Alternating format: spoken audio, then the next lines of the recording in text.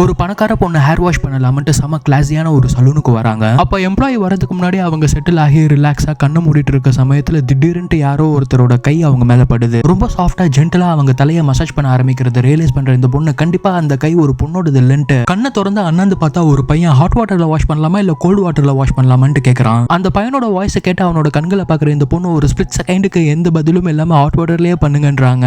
அந்நேரம் பார்த்து வெளியே சரியான மலை. இந்த பொண்ணுக்குள்ள வேற பட்டாமூச்சி பறக்கிற மாதிரி ஒரு ஃபீலிங். ஏன்னா அவங்களை இப்பதான் முதல்ல ஒரு பையன் தொடுறான். அண்ட் அவனோட டச் அவங்களை ரொம்ப கம்ஃபர்டபுளா ஃபீல் பண்ண வைக்குது. And at the same time ஷையாவும் ஃபீல் பண்றாங்க. அண்ட் வழக்கமா 10 நிமிஷத்துல முடிகிற இந்த ஹேர் வாஷ் செஷன் இன்னைக்கு மட்டும் ஒரு 1 ஹவருக்கு எக்ஸ்டெண்ட் ஆகக்கூடாதுன்ட்டு மனசுக்குள்ளேயே நினைக்கிறாங்க. பட் ரியாலிட்டியில அந்த பையன் ஹேர் வாஷ் பண்ணிட்டு கிளம்பவே ரெடி ஆயிட்டான். அப்ப இந்த பொண்ணு அவன் கிட்ட உங்க பேர் என்னன்னு கேட்க அவன் சாரி மேம் கஸ்டமர்ஸ் கிட்ட பேர் சொல்லக்கூடாதுன்னு சொல்ல சரி உங்க எம்ப்ளாயி நம்பர் தான் என்னன்னு கேட்க அவன் என்னோட நம்பர் 33ன்றான். சொல்லிட்டு அவன் பாட்டுன்னு கேஷுவலா கிளம்பிட்டான். ஆனா வீட்டுக்கு வந்து இந்த பொண்ணுக்கும் அவனோட ஞாபகமாவே இருக்கு. அவனோட குரல், அவனோட கண்கள், அவனோட பேச்சு அப்படி இப்படின்ட்டு அவனே நினைச்சிட்டு இருக்காங்க. அதுக்கப்புறம் இந்த பொண்ணு அவனை பார்த்தாங்களா இல்லையன்றது அடுத்த பாட்டுல பார்ப்போம். சேனலை சப்ஸ்கிரைப் பண்ணாதவங்க சப்ஸ்கிரைப் பண்ணி நோட்டிஃபிகேஷன் பெல் ஐகானை எனேபிள் பண்ணிக்கங்க.